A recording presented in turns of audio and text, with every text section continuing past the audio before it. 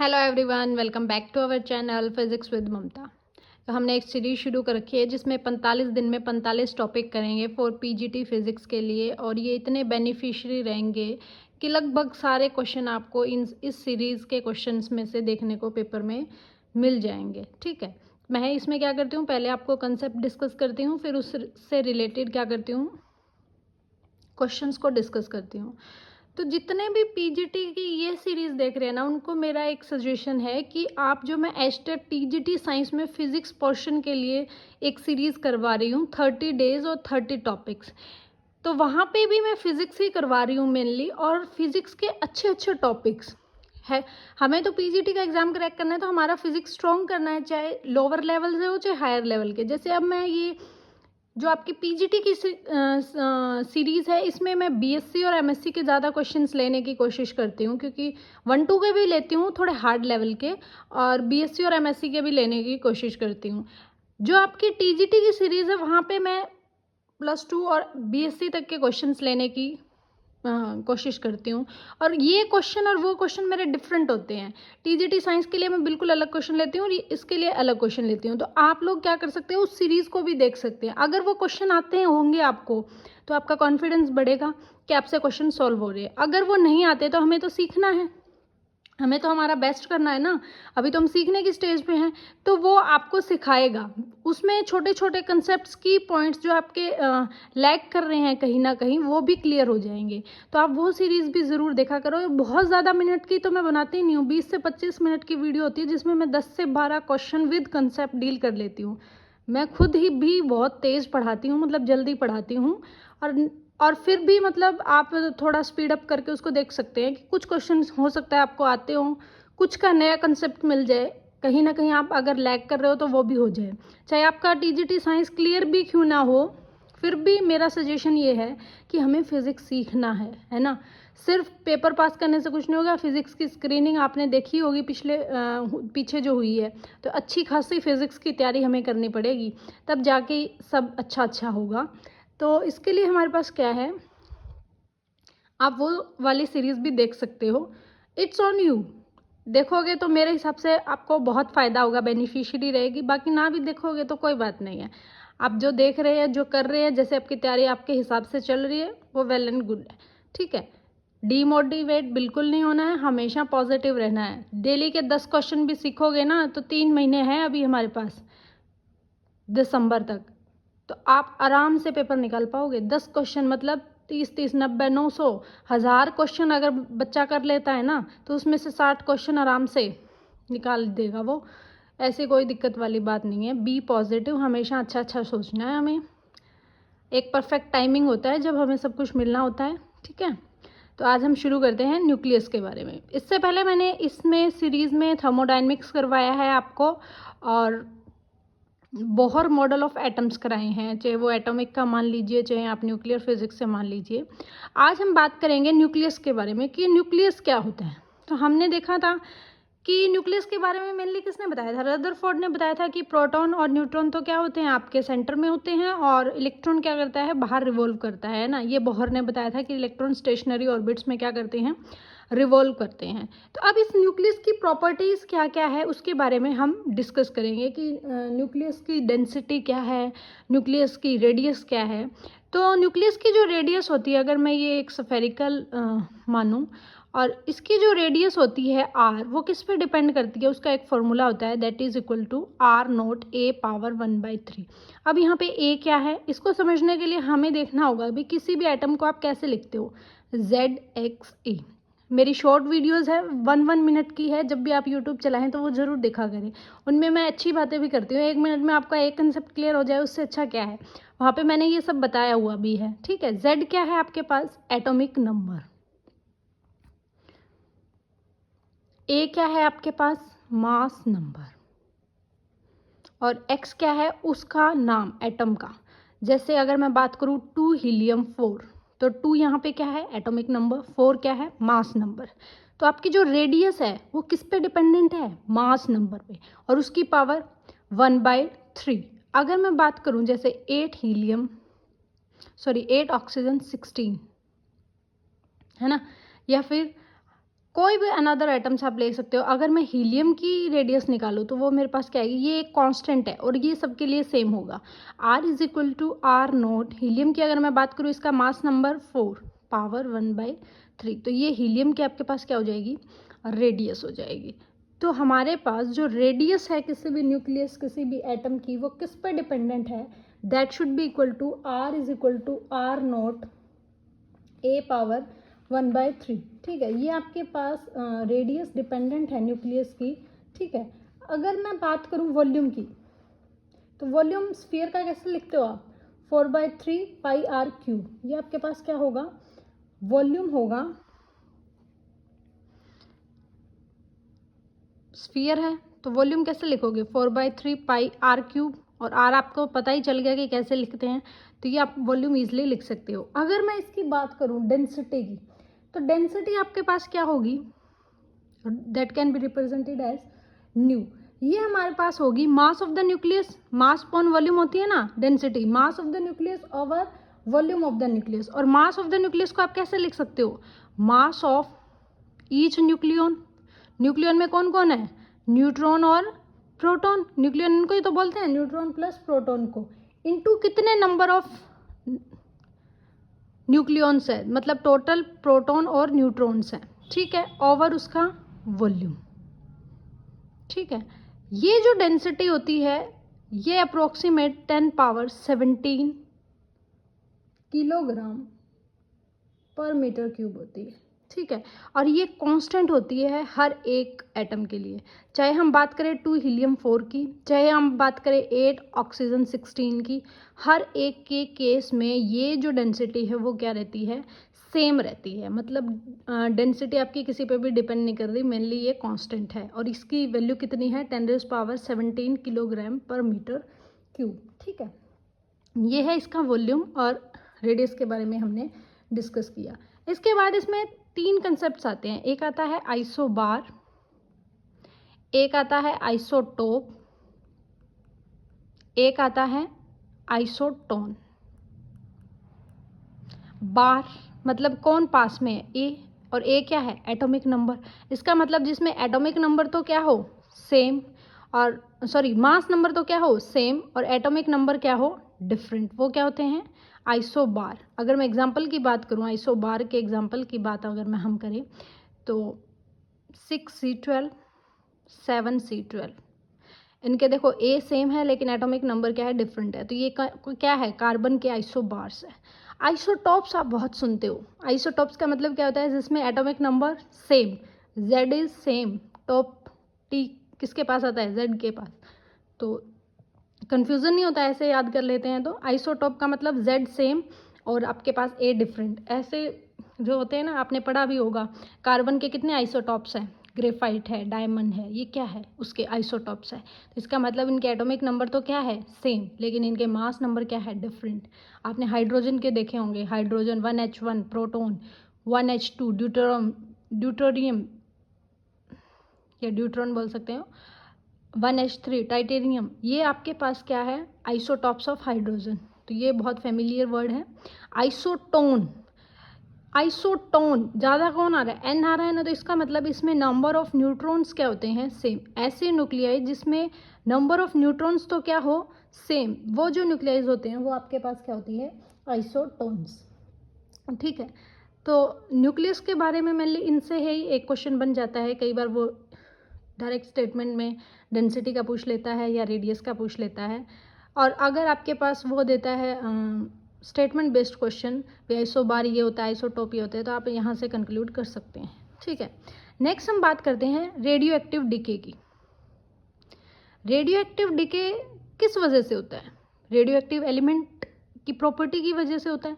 Radio active elements क्या करते हैं, कॉन्टिन्यूसली अल्फा बीटा गामा इस तरह की रेज को क्या करते हैं, एमिट करते देते हैं। अल्फा क्या होता है, 2 हीलियम 4 न्यूक्लियाई होता है जिसको एमिट करता रहता है। बीटा रेज में कौन आता है, हमारे पास इलेक्ट्रॉन आता है, पॉजिट्रॉन आता है, ये आपके पास क्या आता है, बीटा रेज में आता है। और गामा रेज क्या होती है, ये एक इलेक्ट्रोमैग्नेटिक रेज है जिसपे कोई चार्ज नहीं होता है ना, ये हमारे पास क्या होती है, हाई पेनिट्रेटिंग पावर की होती है, इसका हम कैंसर के जितने भी जो ये कहते हैं ना हमारे देसी लैंग्वेज में कि सेक लगते हैं, वो इसी की वजह से लगते हैं। गामा रेज के जो रेडिएशंस होती है वो उस ट्यूमर पे एकदम फोकस करवाया जाता है, तो वो गामा रेज होती है। बीटा रेज होती है -1 0 इलेक्ट्रॉन जो एमिट होता है वो। तो यहाँ पे कई बार वो क्वेश्चन पूछ सकता है कि आपके पास कोई भी जैसे 92 यूरेनियम 238 का एक एलिमेंट दिया हुआ है, वो कह रहा है कि ये एमिट हो गया आपके पास। मैं जस्ट एज्यूम कर रही हूँ अपनी तरफ से ही, कोई ये स्टैंडर्ड रिएक्शन नहीं है, ठीक है। तो ये है आपके पास 90,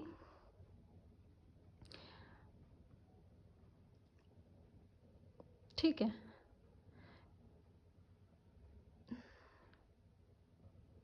तो ये कौन सा जो सेकंड एलिमेंट जो होगा वो कौन सा होगा, तो यहाँ पे अगर मैं 2 हीलियम 4 लिखूँ तो आपके पास इनिशियल में जो एटॉमिक नंबर थे वो सेम हो जाएंगे, और जो इनिशियल में मास नंबर थे वो क्या हो जाएंगे, सेम हो जाएंगे।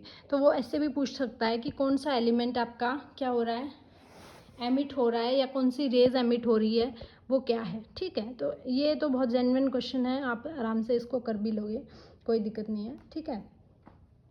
अब इसके बाद हम बात कर रहे थे रेडियो एक्टिविटी की। रेडियो एक्टिविटी में आप एक बहुत इंपॉर्टेंट फार्मूला पढ़ते हैं। मैं डायरेक्ट कॉन्सेप्ट करवा रही हूँ, डेरिवेशन करवाने का कोई मतलब नहीं बनता है ना, हमें वो कैची पॉइंट्स चाहिए जो हमारे क्वेश्चंस को क्या कर दे, सॉल्व करवा दे, है ना। तो n = n0 e⁻ lambda of T. यहाँ पे n क्या है, कितना रेडियो एक्टिव सब्सटेंस रिमेनिंग बचा है, n0 कितना है, इनिशियल में आपके पास कितना रेडियो एक्टिव सब्सटेंस था, लैम्डा आपके पास क्या है, डिसइंटीग्रेशन कांस्टेंट, किस रेट से वो रेडियो एक्टिव एलिमेंट क्या हो रहा है, डिसइंटीग्रेट हो रहा है या फिर डिके हो रहा है। इसको कई बार डिके कांस्टेंट भी बोल देते हैं और कई बार डिसइंटीग्रेट कांस्टेंट भी बोल देते हैं। टी आपके पास क्या है, time, T should be time, कि कितने टाइम में वो कितना डिसइंटीग्रेट हो रहा है। तो ये एक वेल नोन इक्वेशन है। ये इक्वेशन कैसी इक्वेशन है, this is an exponentially decaying equation. तो आपका जो प्रोडक्ट और टाइम के बीच में अगर मैं ग्राफ बनाऊं तो ये कुछ इस तरह से बनता है, डिकेइंग ग्राफ बनता है एक्सपोनेंशियली। तो ये क्वेश्चन IIT JEE में पूछा गया था कि कैसा ग्राफ होता है, तो आप थोड़ा सा याद रख सकते हैं, ठीक है। n = n0 e⁻ यहाँ पे हम दो तरीके की लाइफ डिफाइन करते हैं। एक तो हाफ लाइफ।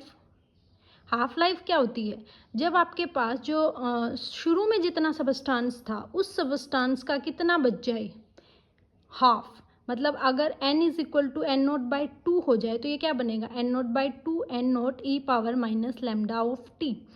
n0 से n0 कैंसिल हो गया, ये बनेगा हाफ। और अगर मैं एंटी लॉग लूँ तो ये क्या बनेगा, ln2 that should be equal to lambda t. और ये टी कौन सा टाइम था, हाफ लाइफ, तो टी हाफ लाइफ क्या हो जाएगी, ln2/λ। और इस ln2 की वैल्यू हमें पता होती है 0.693/λ।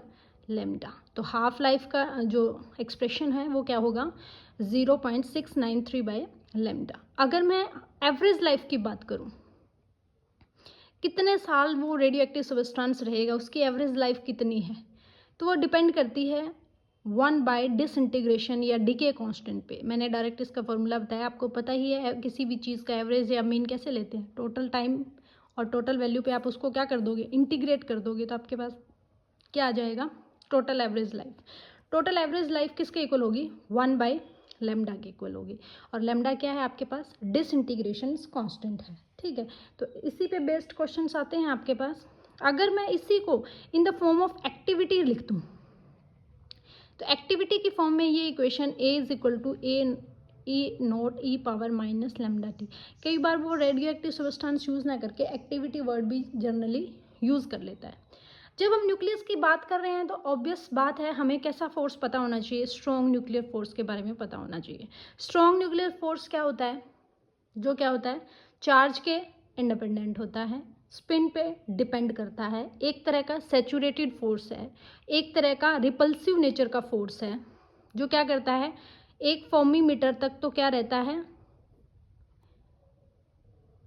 अट्रैक्टिव रहता है, और एक फर्मी मीटर के बाद वो रिपल्सिव फोर्स की तरह बिहेव करता है, ठीक है। एक कंजर्वेटिव फोर्स भी है, नॉन सेंट्रल फोर्स है, ये इंपॉर्टेंट पॉइंट है, नॉन सेंट्रल फोर्स है ये आपका, 1/r² पे डिपेंडेंट नहीं करता ये नॉन सेंट्रल फोर्स है। ये की पॉइंट आप एक स्टार मार्क से ज़रूर लिख लीजिएगा, ठीक है। सेचुरेटेड फोर्स है और रिपल्सिव नेचर का फोर्स है आपके पास, स्ट्रॉन्ग है। कैसे पार्टिकल्स एक्सचेंज होते हैं इसमें, जो स्ट्रॉन्ग न्यूक्लियर फोर्स है उसमें मिजोन के पार्टिकल्स है वो एक्सचेंज होते हैं, और मिजोन पार्टिकल्स में कुछ ना कुछ स्ट्रेंजनेस होती है। तो ये जो फोर्स होता है ये हाई लोएस्ट रेंज का फोर्स है, 10⁻⁻15 मीटर इसकी रेंज रहती है, और स्ट्रॉन्ग फोर्स है, ठीक है।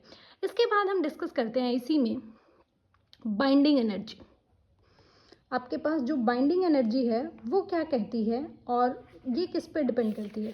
तो बाइंडिंग एनर्जी को पता होने से पहले आपको पता होना चाहिए मास डिफेक्ट, है ना। मास डिफेक्ट क्या कहता है, ये कहता है कि जब मैं इंडिविजुअल न्यूक्लियन का मास को ऐड करूं और उसको न्यूक्लियस के मास से सब्ट्रैक्ट करूं तो कुछ ना कुछ डिफेक्ट आता है, जिसको मैं बोलती हूँ मास डिफेक्ट। तो जो मास डिफेक्ट होगा वो क्या होगा, Z क्या होता है, नंबर ऑफ प्रोटॉन्स। यहाँ अगर मैंने नहीं बताया तो मैं बता देती हूँ कि Z क्या होता है, जो एटॉमिक नंबर ही होता है वो क्या होता है आपके पास, नंबर ऑफ प्रोटॉन्स होता है, कि Z आपको बताएगा प्रोटॉन्स, और A क्या बताता है, A बताता है number of proton plus number of neutron, ठीक है। अगर जैसे मैं 2 हीलियम 4 की बात करूं तो नंबर ऑफ प्रोटॉन्स कितने हैं इस केस में, 2, क्योंकि Z की वैल्यू 2 है। A कितना है, 4। मैंने कहा ये किसका सम है, न्यूट्रॉन प्लस प्रोटॉन का। तो हमें पता है प्रोटॉन 2 है तो न्यूट्रॉन भी कितने होंगे, 2। हमें पता है जितने एटॉमिक नंबर होता है ना, जितने नंबर ऑफ प्रोटॉन्स होते हैं किसी भी एटम में, उतने ही नंबर ऑफ क्या होते हैं, इलेक्ट्रॉन्स। तो 2 प्रोटॉन है तो इलेक्ट्रॉन्स भी कितने होंगे, 2। तो इसका मतलब 2 इसमें प्रोटॉन है, 2 इसमें न्यूट्रॉन है, और 2 इसमें क्या है, इलेक्ट्रॉन है।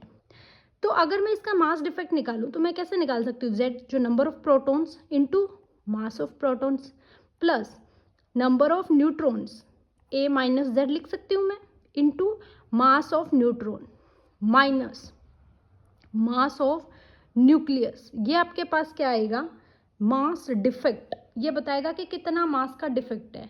और बाइंडिंग एनर्जी होता क्या है, एनर्जी की बात कर रहे हैं अकॉर्डिंग टू आइंस्टीन, क्या होता है, मास डिफेक्ट इनटू c²।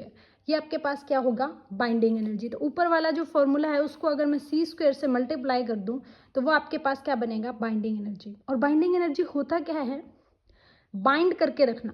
इसका नाम से पता चला ना, बाइंड करके रखना। ये एक तरह की ऐसी एनर्जी है जो रिक्वायर्ड होती है to break up a nucleus into constituent protons and neutrons and to keep them at rest at infinite distance from each other, ठीक है।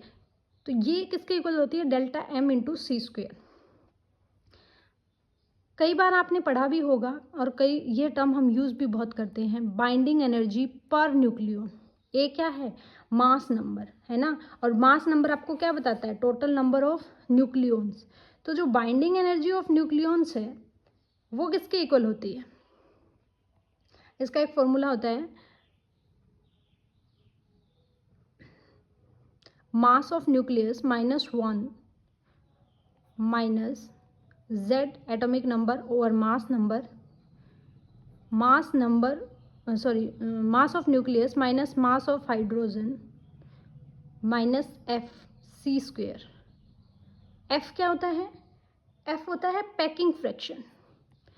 f क्या होता है, पैकिंग फ्रैक्शन, और जिसकी वैल्यू क्या होती है, that is equal to m-a/a। बस ये डायरेक्ट अगर आप फॉर्मूला एक बार गो थ्रू हो जाओगे तो ये हो जाएगा कि अगर फॉर्मूला वहाँ पे गिवन हो तो बाकी अभी तक कभी भी एस्टेट में इस पर क्वेश्चन नहीं पूछा गया है, पर मुझे लगता है कि अगर हम कर रहे हैं तो एक बार थोड़ा सा रिमाइंड करते चलें। एक मैं और बता दूं आपके पास, अगर हम ग्राफ बनाते हैं किस किस के बीच में, बाइंडिंग एनर्जी पर न्यूक्लियन और उसके मास नंबर के बीच में, तो क्या होता है, इंक्रीज करता है और कुछ पीक्स मिलती है आपको, और फिर एकदम से वो क्या हो जाता है, सैचुरेट हो जाता है। तो जो बाइंडिंग एनर्जी हैवी न्यूक्लियस की है ना, 20 से जिनका रेंज कितना है 140, उनकी जो आपके पास बाइंडिंग एनर्जी होती है वो अप्रोक्सीमेट होती है, एवरेज जो बाइंडिंग एनर्जी पर न्यूक्लियन है 8.6 मेगा इलेक्ट्रॉन वोल्ट होती है। इससे कम वाले न्यूक्लियस की भी बाइंडिंग एनर्जी कम होती है और इससे ज़्यादा वाले न्यूक्लियस की भी बाइंडिंग एनर्जी कम होती है। और ये जो पीक्स मिलती है ये मैजिक नंबर की पीक्स मिलती है, ठीक है। जैसे 2 हीलियम 4 है, चाहे 4 बेरिलियम 8 है, 6 C12 है, 8 O16 है, इनकी पीक्स मिलती है आपको। तो कुछ इस तरह का ग्राफ मिलता है। ये मैं क्यों बता रही हूँ आपको, ये कहीं ना कहीं वो स्टेटमेंट बेस्ड क्वेश्चन में डाल सकता है, इसलिए मैं ये पॉइंट्स आपको बता रही हूँ, ठीक है। मुझे लगता है कि ये पर्सनली इम्पॉर्टेंट है, इसलिए हम इनको डिस्कस कर रहे हैं। तो हमने देख लिया, आज हमने क्या देखा है, बाइंडिंग एनर्जी क्या है, बाइंडिंग एनर्जी किस पे डिपेंड कर रही है, आपके पास हाफ लाइफ क्या है, एवरेज लाइफ क्या है, रेडियस न्यूक्लियस की क्या है, और न्यूक्लियस किस पे डिपेंड कर रहा है। अब इन्हीं पे बेस्ड क्वेश्चन करते हैं हम। फर्स्ट क्वेश्चन है, जैसे मास नंबर ए इंक्रीज होता है तो कौन सी quantity related to nucleus does not change. A, mass number बढ़ेगा, इसका मतलब उसकी रेडियस क्या होगी, बढ़ेगी, क्योंकि रेडियस किस पे डिपेंड कर रही है, A⁻1/3 पे। रेडियस बढ़ेगी तो उसका वॉल्यूम भी बढ़ेगा, है ना। और मास भी बढ़ेगा, क्यों, क्योंकि मास क्या होता है, number of nucleon into mass of each nucleon. तो नंबर ऑफ न्यूक्लियंस बढ़ेंगे जैसे जैसे ए बढ़ेगा तो मास भी बढ़ेगा, वॉल्यूम भी बढ़ेगा, बाइंडिंग एनर्जी भी बढ़ेगी। कौन नहीं बढ़ता, डेंसिटी। डेंसिटी हमेशा क्या रहती है, कांस्टेंट रहती है, चाहे वो हैवियर एटम हो, चाहे आपके पास क्या हो,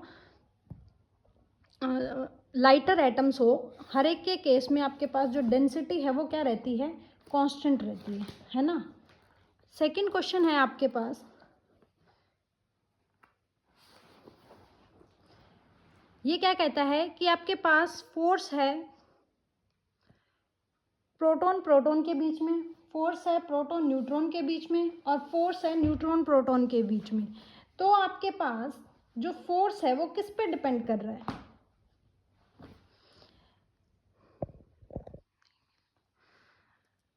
ये कह रहा है कि आपको क्या करना है, ग्रेविटेशनल फोर्स को नेग्लेक्ट कर देना है और हर एक का फोर्स है। अब ये बताइए, अगर इनका सेपरेशन 1 मीटर है तो क्या ये तीनों फोर्स इक्वल होंगे। तो इस क्वेश्चन को गलती करने के 100% चांस है। हमने क्या पढ़ा हुआ है, न्यूक्लियर फोर्स किस पे डिपेंड करता है, स्पिन पे डिपेंड करता है, लेकिन चार्ज इंडिपेंडेंट होता है ना, हमने ये पढ़ा हुआ है। तो हम क्या करेंगे, तीनों फोर्सेस को इक्वल कर देंगे, लेकिन ये आंसर गलत है। इसका सही आंसर क्या है, इसका सही आंसर है, इसमें एक की पॉइंट है, क्या, नेग्लेक्ट द ग्रेविटेशनल फोर्स। ये कह रहा है कि ग्रेविटेशनल फोर्स को बिल्कुल नेग्लेक्ट कर दीजिए। पहले जब हम कह रहे थे ना कि जब हमारे पास प्रोटॉन प्रोटॉन और न्यूट्रॉन न्यूट्रॉन और प्रोटॉन न्यूट्रॉन के बीच में फोर्स इक्वल है, तब हम ग्रेविटेशनल फोर्स को कंसीडर कर रहे थे।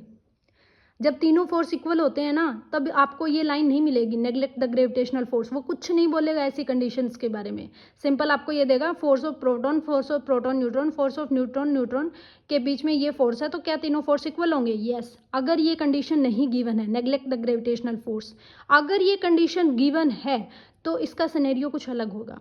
हमारे पास क्या होता है, अगर ग्रेविटेशनल फोर्स को मैं नेग्लेक्ट कर देती हूँ तो प्रोटॉन प्रोटॉन कैसे हैं, पॉजिटिव चार्ज, दोनों एक दूसरे के बीच में कैसा फोर्स लगा रहे हैं, इलेक्ट्रोस्टैटिक रिपल्सिव फोर्स लगा रहे हैं।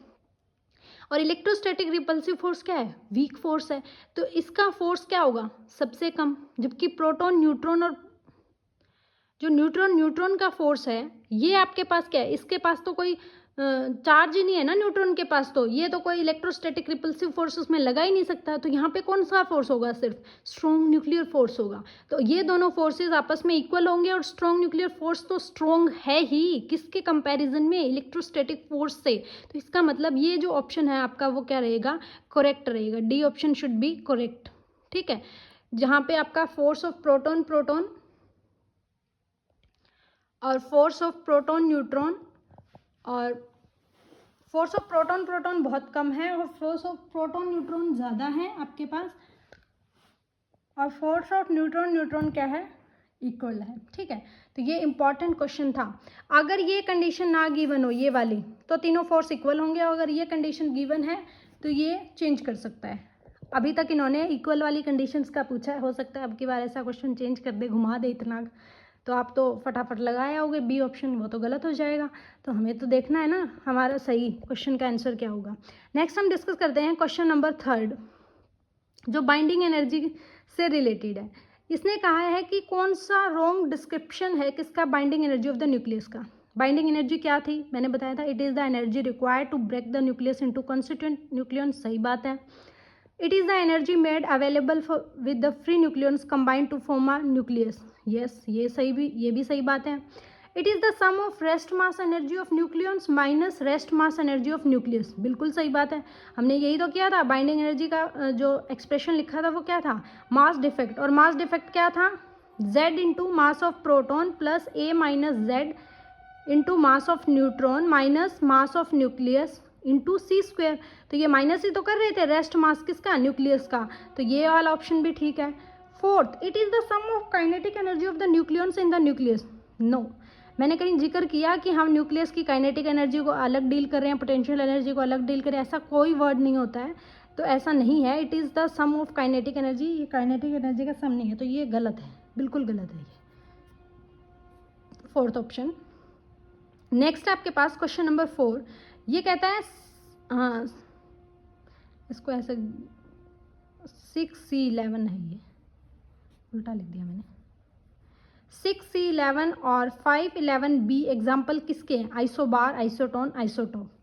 तो ये मैं आपको होमवर्क के लिए दे रही हूँ, आप कमेंट सेक्शन में ज़रूर कमेंट कीजिएगा कि ये आइसोबार है, आइसोटोन है या आइसोटॉप्स है, क्योंकि मैंने ये करवा दिया, इजी क्वेश्चन है। कुछ क्वेश्चन तो मैं भी आपसे कर सकती हूँ, तो मुझे भी पता चलेगा कितने बच्चे शिद्दत से क्लास को देख रहे हैं और मेरा रिव्यू कैसा है, ठीक है। नेक्स्ट हम डिस्कस करते हैं क्वेश्चन नंबर 5। एक रेडियो एक्टिव सैंपल है, ऐसे क्वेश्चन इनके फेवरेट है। एक रेडियो एक्टिव डिके है, सैंपल है जो डिके हो रहा है आपका, with an average life of 20 milli second. इसकी एवरेज लाइफ कितनी है, 20 milli second. A capacitor of capacitance 100 microfarad is charge to some potential and then plates are connected through a resistance R. और उस plates को मैंने क्या किया है, एक रेजिस्टेंस आर के थ्रू कनेक्ट किया हुआ है। तो ये कह रहा है what should be the value of R so that the ratio of, किसका ratio, charge on the capacitor to the, capacitor पे जो चार्ज है और to the activity of a radio active sample remains constant in a time. थोड़ा सा tricky question है ये। इस क्वेश्चन को कैसे करोगे आप, हमें पता है जब भी कैपेसिटर की बात करते हैं और कैपेसिटर का चार्ज और डिस्चार्ज की एक इक्वेशन होती है, वो क्या इक्वेशन होती है, Q is equal to Q naught e power minus t by are c, जहाँ पे आर सी क्या होता है उसका टाइम कांस्टेंट, और टी जितने टाइम में वो डिके हो रहा है। Q नोट क्या है, इनिशियल कैपेसिटर पे कितना चार्ज था, और Q आफ्टर टी टाइम कितना चार्ज बचेगा। और हमें पता है ऐसी इक्वेशन एक्टिविटी की भी थी, वो क्या थी, A is equal to a naught e power minus lambda of t. Lambda जहाँ पे क्या था, डिसइंटीग्रेशन कांस्टेंट, और टी क्या था, टाइम। तो इसने रेशियो, इन्हीं का रेशियो पूछा है ना। टी अगर सेम है, इसने कहा कांस्टेंट इन टाइम, टी तो सेम है, टी अगर सेम है तो अगर क्यू नोट और ए नोट भी सेम है और इन दोनों का रेशियो देखें हम Q बाई ए, तो ये क्या होगा, अगर ये सेम है तो ये कैंसिल हो जाएगा, ये क्या बचेगा, e power minus t by are C over e power minus lambda t. T constant है तो यहाँ से लैम्डा किसके इक्वल आ जाएगा, जो डिके कांस्टेंट है, अकॉर्डिंग टू क्वेश्चन ये आ जाएगा 1/RC के इक्वल, है ना। और इसने किसकी वैल्यू पूछी है, R की वैल्यू पूछी है। और C आपको पता है क्या, C की जो वैल्यू है वो आपके पास क्या है, हाँ C आपको पता है ना, 100 माइक्रोफेराड। C आपको पता है और एवरेज लाइफ पता है, इसका मतलब आपको R तो निकालना है।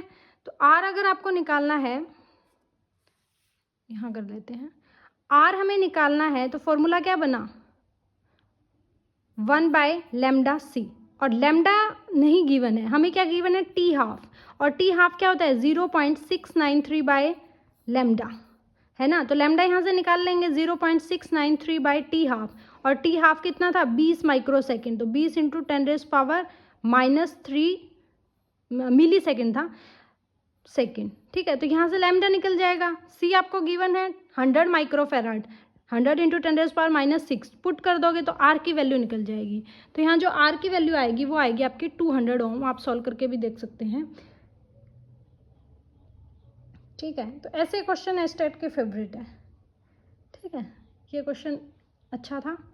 नेक्स्ट है क्वेश्चन नंबर 6, ये क्या कहता है कि activity of radio active sample 600 second से 500 सेकेंड हो रही है 40 मिनट में, हाफ लाइफ बतानी है क्या होगी। तो हाफ लाइफ का एक शॉर्टकट फॉर्मूला है n is equal to n naught 1/2 t by t half, ठीक है, ये आपके पास फॉर्मूला है।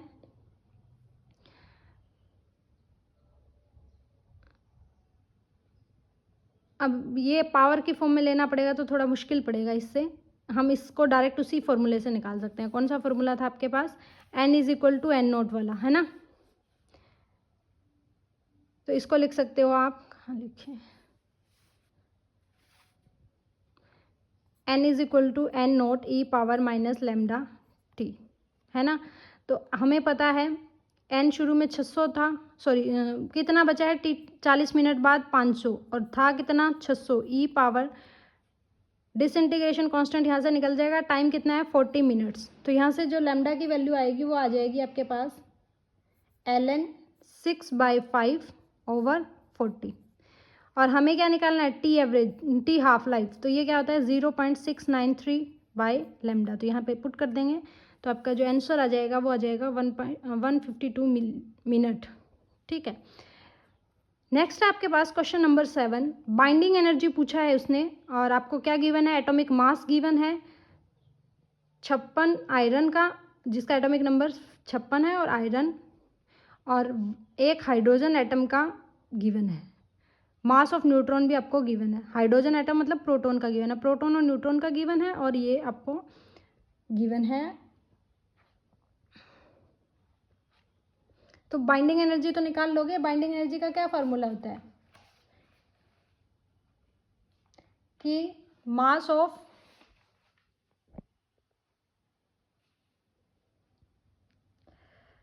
अब इसने ना एक ये गिवन है, तो यहाँ पे प्रोटॉन की संख्या कितनी है 26, और न्यूट्रॉन की कितनी है 30।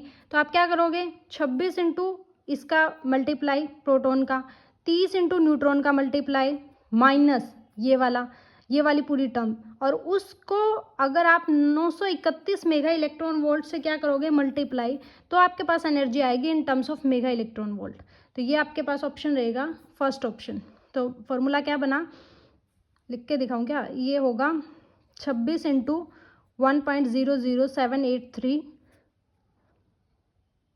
Plus 30 into 1.00867 minus 55.9349 into multiply 931 से।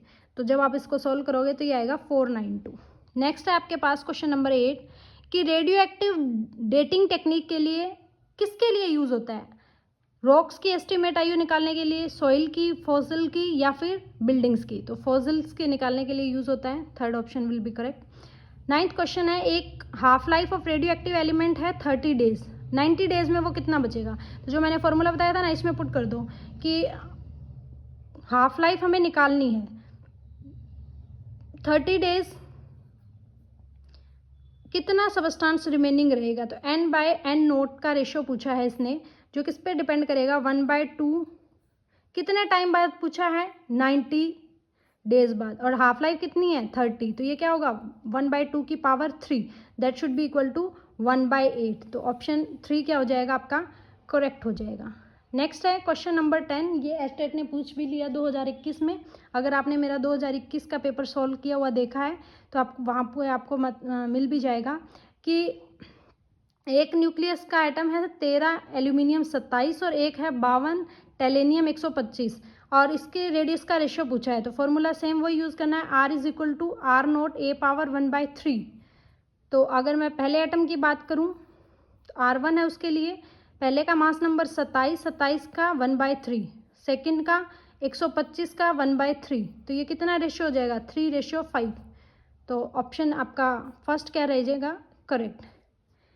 तो ये क्वेश्चंस थे जो न्यूक्लियस टॉपिक से पूछे जा सकते हैं और पूछे गए हैं। एक तो इसमें से अभी तक स्टेटमेंट बेस्ड क्वेश्चन पूछा गया है, एक न्यूक्लियस स्ट्रॉन्ग न्यूक्लियर फोर्स की प्रॉपर्टी के बारे में पूछा गया है अभी तक जितने भी मैं प्रीवियस ईयर की बात करूं, और एक आपके पास हाफ लाइफ के बारे में पूछा गया है, एक रेडियस। तो 3-4 टाइप के क्वेश्चन पूछे गए हैं, लेकिन मैंने आपको 5 से 6 टाइप के क्वेश्चन इसमें करवाए हैं कि एक्सपेक्ट कर सकते हैं ऐसे क्वेश्चन भी पूछे जाएँ। और आप अपने पॉजिटिव कमेंट करना बिल्कुल ना भूला करें। सीरीज़ ऐसे ही कंटिन्यू रहेगी। जितने आपके पॉजिटिव कमेंट होते हैं तो फिर मेरे को ऐसा लगता है नहीं आज तो मेरे को पक्का ही वीडियो बनानी है, तो वो थोड़ा सा पॉजिटिव इफेक्ट रहता है। ठीक है। तो मेरे चैनल को शेयर, सब्सक्राइब और कमेंट करना बिल्कुल ना भूलें। Thank you so much.